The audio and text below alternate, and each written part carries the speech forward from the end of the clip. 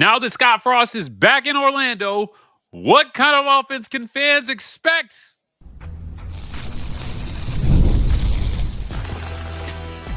You are Locked On UCF, your daily podcast on the UCF Knights, part of the Locked On Podcast Network, your team every day. Welcome on into Locked On UCF, your daily UCF podcast. I'm your host, Mike G, and thank you so much for making Locked On UCF your first listen of every day. Joining me, as he does every single week, is my good friend Andrew Gluco from The Last Word on Sports, expert on all things UCF. You've been covering UCF for a while, so we're going to jump right into this. Today, we're talking about Miles Montgomery in that running game. The speed of this offense and the run-pass ratio, but we're starting with Miles Montgomery. Can Miles Montgomery be 1,000-yard back under Scott Frost? We looked up some numbers. It seems like the run is definitely going to be heavily featured in a Scott Frost offense, but can Miles Montgomery benefit from that to the tune of 1,000 yards? Well, he's definitely going to be the guy. I don't know if he's going to make 1,000 yards, but he's definitely going to be up there, and the running back room, the entire core, is going to get some heavy usage.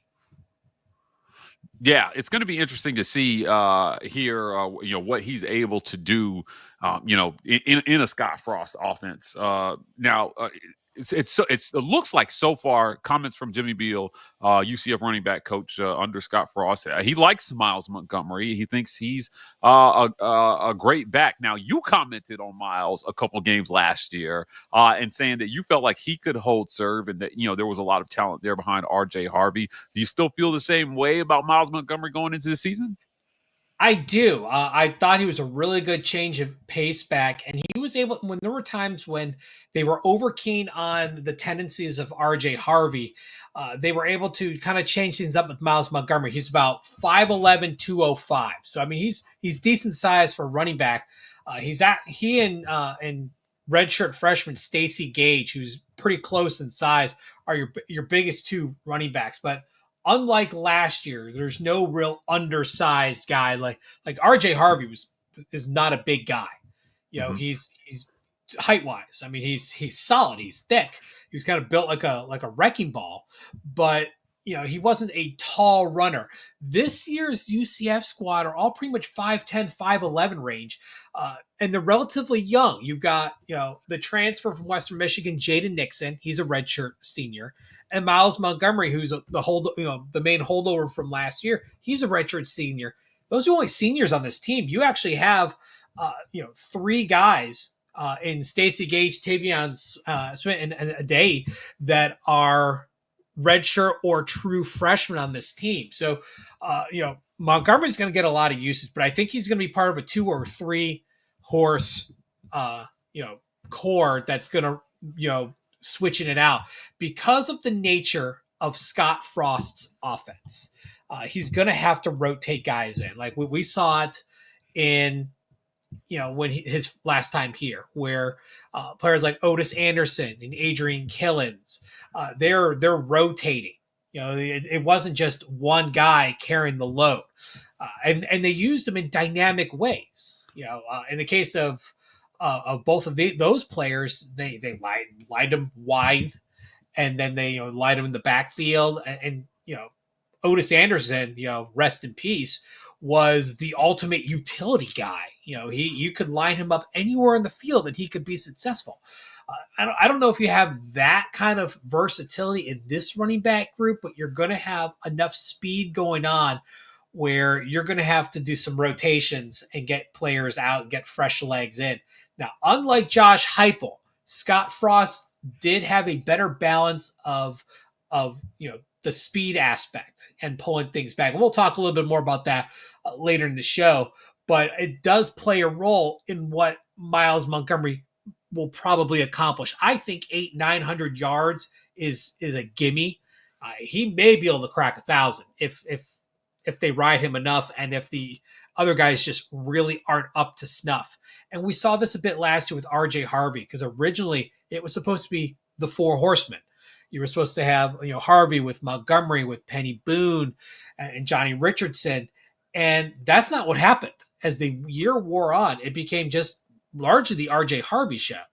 Montgomery got hurt a little bit. He missed some time. He came back. Leg was a little wobbly from his injury, but he did take care of business. But he was kind of limited in the amount of playing time that he had compared to earlier in the year, where the other the bench guys were rotating in like crazy. So it really depends on how these other guys rise up and learn the system. But I think Miles Montgomery is the guy. He's going to be your number one guy. And it all depends on how the others rise up to the occasion as far as, how much are they going to have to ride him.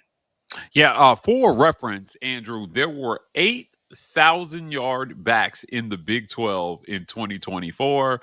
I'm going to list them out here. Michael Bernard, Utah; Bryson Washington, Baylor; Corey Kiner, Cincinnati; Devin Neal at Kansas; DJ Gittens, Kansas State; Taj Brooks, Texas Tech; RJ Harvey, of course. Now RJ was the most effective of that group, 6.8 yards per carry, and obviously Cam Scattaboo ran for 1,711 yards in the Big 12 last year. So it can be done. Only 2 of the 8 had less than 200 rush attempts. Before we move on, what do you see in terms of rush attempts for RJ Harvey, over or under 200? Well, I just want to point something out as a point of reference. When Scott Frost was here the last time, obviously he was only here 2 years. In 2016, your leading rusher was Jawan Hamilton, who ran it 139 times for 495 yards. Dontravius Wilson, 401 yards. Adrian Killens, 325 yards. So a lot of distribution. 2017, Adrian Killens was your leading rusher, 790 yards on 122 carries. Then Otis Anderson, 494. Taj McGowan, 235. I leave out McKenzie Milton's numbers because quarterback's a whole different story as far as running the ball. I mean, Milton ran for over 600 yards himself. But my point is, Frost is not afraid to share the load because of the speed of that he plays. I mean, 100 carries for as far as what Miles Montgomery will do, I think is very, very possible, very likely that he'll hit 100 carries. I don't know if he'll get to 200 or anything like that, and he may not even hit 1,000 yards. But I think 800-900 is definitely very much in line for what he should bring in. Yeah, it's going to be interesting to watch to see if that changes, if history changes under Scott Frost the second go around at UCF. But look, a lot of talk about UCF going fast. We've heard it from the players. They like going fast. Scott Frost wants to go fast. How fast is fast? We'll talk about that right after a quick word from our sponsors. This episode of Locked On UCF is brought to you by our friends at TurboTax. Taxes was waiting and wondering and worrying if you were going to get any money back, and then waiting and wondering and worrying some more. Now, Taxes is matching with a TurboTax expert who can do your taxes as soon as today. An expert who gives you taxes, gives your taxes the undivided attention as they work on your return, while you get real-time updates on your progress so you can focus on your day. An expert who will find you every deduction possible. Also, you can get the most money back guaranteed. No waiting, no wondering, guys. No worries. Now, this is Taxes. Get an expert now on TurboTax.com. Only available with TurboTax Live. Full service, real-time updates only in the iOS mobile app. See guaranteed details at TurboTax.com/guarantees. How fast will they go this year? Does Scott Frost have the personnel to go as fast as he wants to go this year? We've heard him say it. We've heard the players seem to like the addition, like the change in how fast they've been going since Scott Frost has showed up. Do you think they're going to be able to play at the speed? Before we started recording, you talked about that play number that they want to hit being somewhere in the 70s. Is it, let's do over under again, over under 70 plays a game for UCF under Scott Frost in year one? I think it's to be slightly under. Year one, you're going to get some of your guys in place. You're not going to get everything in place. You're not going to get the full installation of your offense. I mean, you're going to get parts of it. And, even in his introductory press conference, Scott Frost, hey, kind of pump the brakes. He's like, look, we're going to work with what we got as we build towards where we want to be. He knows that this team is not fully loaded the way he truly wants it. Coming off, Gus Malzahn's, I don't know what you wanted to call that offense, because Malzahn literally wrote the book on the no huddle offense. Look it up on, anyone want to look it up on Amazon. He literally wrote the book on it. However, this team didn't operate like that. You would think this would have been an up-tempo team, and it wasn't. Well, some of those guys are still there. So you're deprogramming this one style, you're reprogrammed for this new style, and it takes time.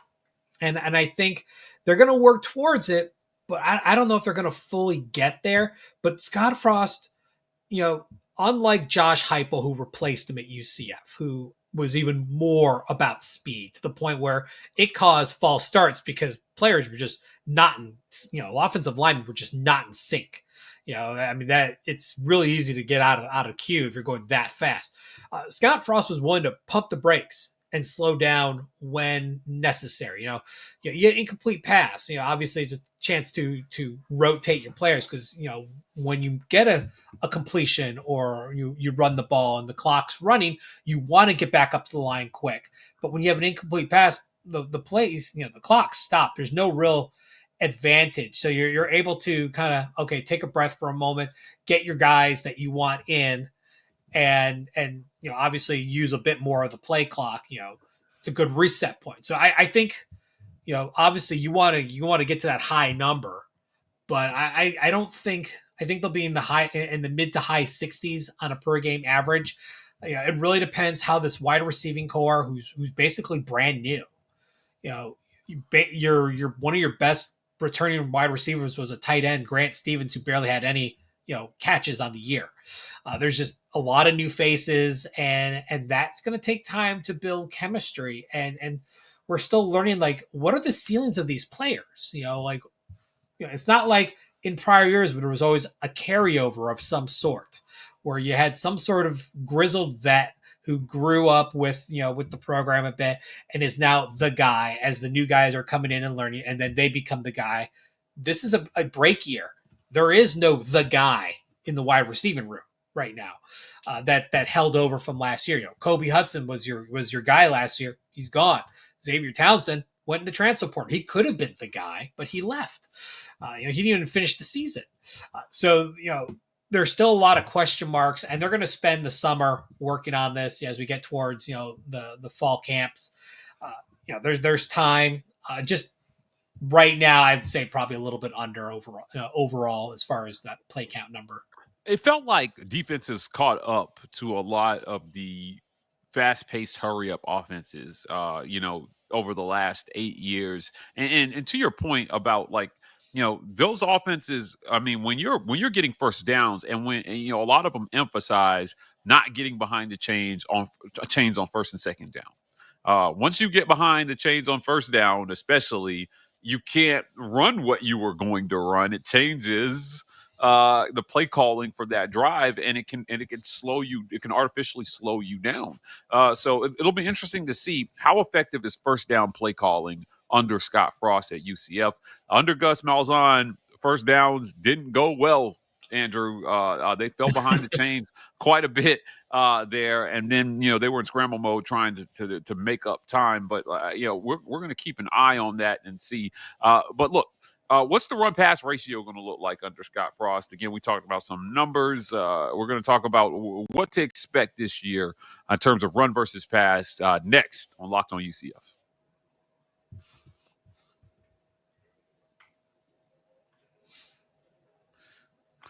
To run, to pass, what can we expect more of under Scott Frost? We took a look at that 2017 season. We looked at his Nebraska numbers, but there were a lot of things that were out of whack with Nebraska. So, we went back to 2017 to see.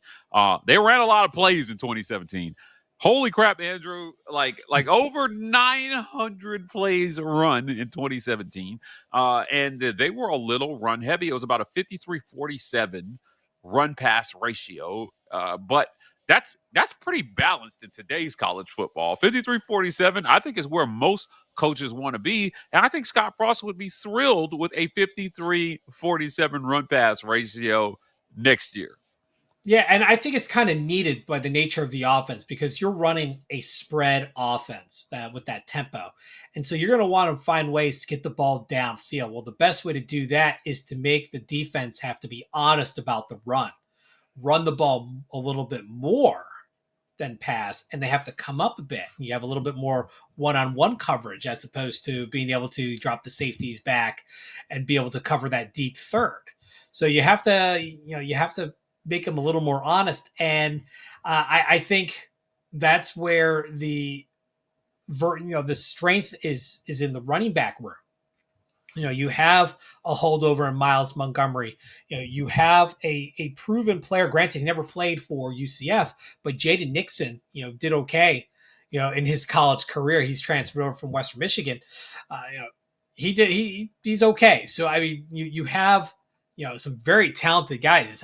UCF freshman Tavion Swint, very highly talked about, freshman running back, that shows that there's a lot, to help with that talent on the running back side, which is why, they need to have that rotation going on, getting players in and out. Miles Montgomery's going to be the main guy, but, you need to have all those players coming in. Look at what we already talked about with Frost in 16 and 17 and the distribution of the ball between all those running backs. And it's to set up the pass because you get those guys in, that safety can't play the deep third zone. You got a lot more man coverage. Guys are going to be on an island. That's when you let your wide receivers go have fun. And that's when you push that ball down on the outside shoulder, doing that fly route and get some big yards. That's what Scott Frost's offense can really do some serious damage. And we've seen it. We saw it plenty in 2017. It comes back to, can the quarterback make those throws? Yeah. Different question for a different day. Yeah, definitely. Look, you've got to keep the chains moving to play as fast as they want to play and to get the type of run pass ratio that you want. We see so many times coaches in the first quarter of games, perfect balance on offense, but then you get behind and you have to start throwing the ball a little bit more.